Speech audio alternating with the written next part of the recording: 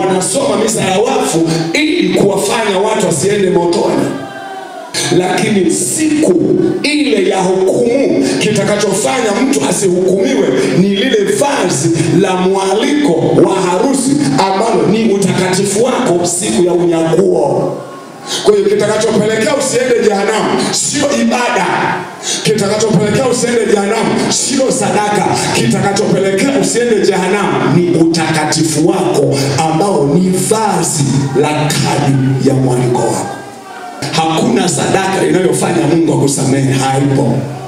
Kwa sababu huna sadaka yani sadaka ya malipizi huna.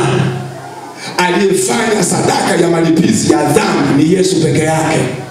Yani huna sadaka. Na ndio maana ukikuta huko mwaka mpya unapokuja, unakuta kuna baadhi ya dini, kuna baadhi ya imani wanapeleka michele, wanapeleka mafuta, wanapeleka mbuzi, wanapeleka vyakula kwenye yale maeneo. Wanajua kwa matendo yale siku ya kufa wana thawabu. Hamna.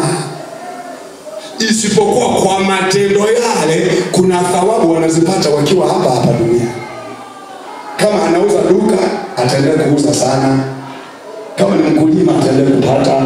Kama ni mfugaji, ataendelea kupata. Kwa nini? Mungu anampa sawa sawa na kile anacho kifanya.